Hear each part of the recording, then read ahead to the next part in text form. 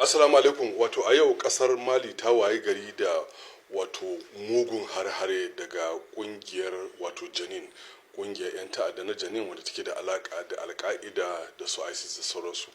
Da sanyin safiyan yau wajen karfe 5:30 zuwa karfe 6 aka kai har-hare a wurare daban-daban na Mali. Munanan har-hare a yau nan wanda yake wato harin ya zama abin da ake cewa coordinated attack,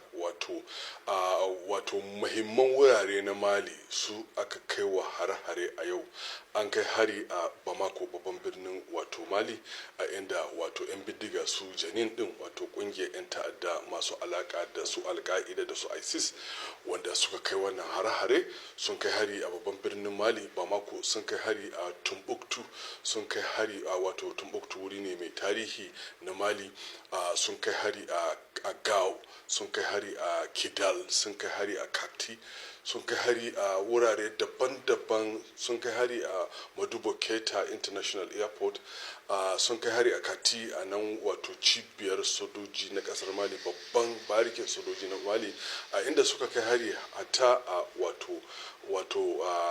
a gidan ministan tsaro na kasar Mali a nan Kati.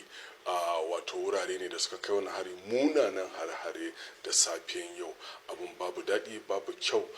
wanda ke har yanzu ana nan ana ci gaba da wato gumurzu a inda su dakarun sojojin Mali suka fito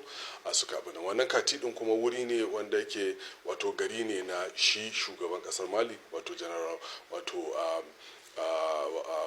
Goita. Shi wannan wuri da suka wannan inda ake da cibiyar sojoji na kasar Mali, wuri ne wato cibiyar shi wato shugaban kasar Mali, wato general Asimi Goita. To wannan har da aka kai da tuni an alakanta shi da su Jinin din, wato Jinin, kar kuma ta a nan Najeriya muna da su 'yan Jinin din. Jinin wasu kungiya ne na 'yan ta'adda wanda suke da alaka da alka'ida, suna da alaka da ISIS da sun haɗe, wanda yake burin su ko kuma aƙidar su shine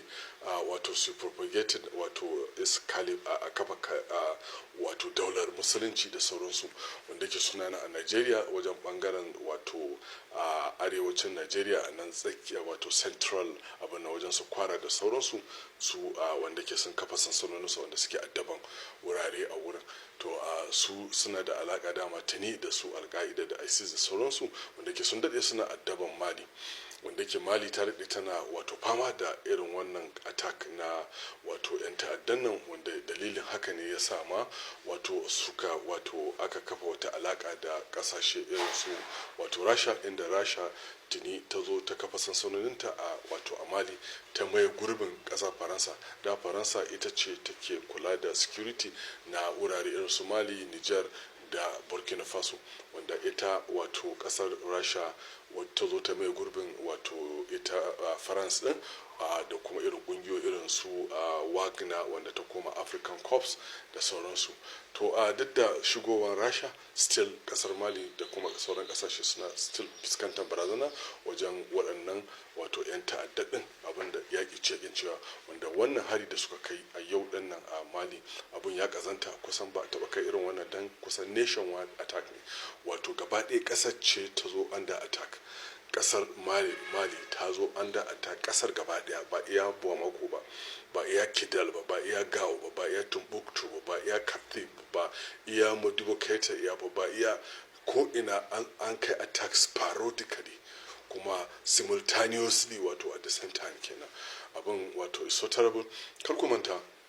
akwai wata tafiya da ake cewa da Azawad movement. Wato Azawad, wato wasu akwai kabila a Mali wanda ake ce musu 'yan Tuare, wanda sun daɗe suna neman 'yancin kansu. Su ba su da alaka da bangaren addini, su so suke su kafa ƙasarsu, wanda a 2012 zuwa 2013 sun declaring wato ƙasarsu Azawad state, a inda wato ba a recognizing babba kasar ta recognizing wannan state din Azawad state to a 2012 zuwa 2013. To kafin wannan kafa wato declaring kasarsu, su wannan kungiya na 'yan ta'addanci irin na su alka'ida, su ISIS da su Janin din na kwanan nan, sun shiga cikin wannan kungiya na Azawad movement, a inda suka haɗe da su 'yan Tuare din. Su 'yan Tuare 'yan kabila ne wanda suke wato gwamnatin Bamako ba ta yi da su, kuma an sa su an mai da su saniyan ware, ta inda suke so su kafa kasarsu su fice daga kasar Mali su kafa state, shine suka fito da wannan tafiyar da ake cewa Azawad movement for the creation of Azawad state, a inda wato aka saka declaring ma kasarsu, wato sun ba wa kasarsu, sun creating kasarsu a 2012, a inda ba a recognizing ba, abin ya tafiya ta ruguje, ta inda yan ta'addan nan suka shigo cikin wannan tafiyar, to da su ake wannan tafiyar har yanzu, wanda ke sin overshadowing din yan wato yan tuware din. To an da ke su kuma a this time around, su yan tuware suna so su creating circular state, wato ma'ana su creating kasar su ba wai tare da wani alaka ko da daular musulunci ko wani abu ba. Su kuma da yan ta'adda irin sun Janin da sauransu suka shigo ciki, sai suka dauke tafiyar, suka karbe tafiyar, inda suka ce kawai gaba ɗaya sai a creating ita Malin ma kawai a mai da ita daular musulunci, wato ta inda suke so su faro ta kudancin ta arewacin Mali. To a nan ne inda headquarters su yake, wanda suke so su, bayan sun karbe wannan arewacin Mali, kuma za su advancing su karbe Malin gaba daya, suke so su kafa daular musulunci, wanda suke so su yada wannan daular, wanda zai shiga irin su Burkina Faso, zai shiga su wato Niger, har Nigeria, har ko ina so suke su mamaya. Kar ku manta waɗannan mutane an fitattake su daga gabas ta tsakiya, a wurare irin su Iraq, Syria da sauransu, duk da hayan suna da cibiyarsu a can wurare, amma kuma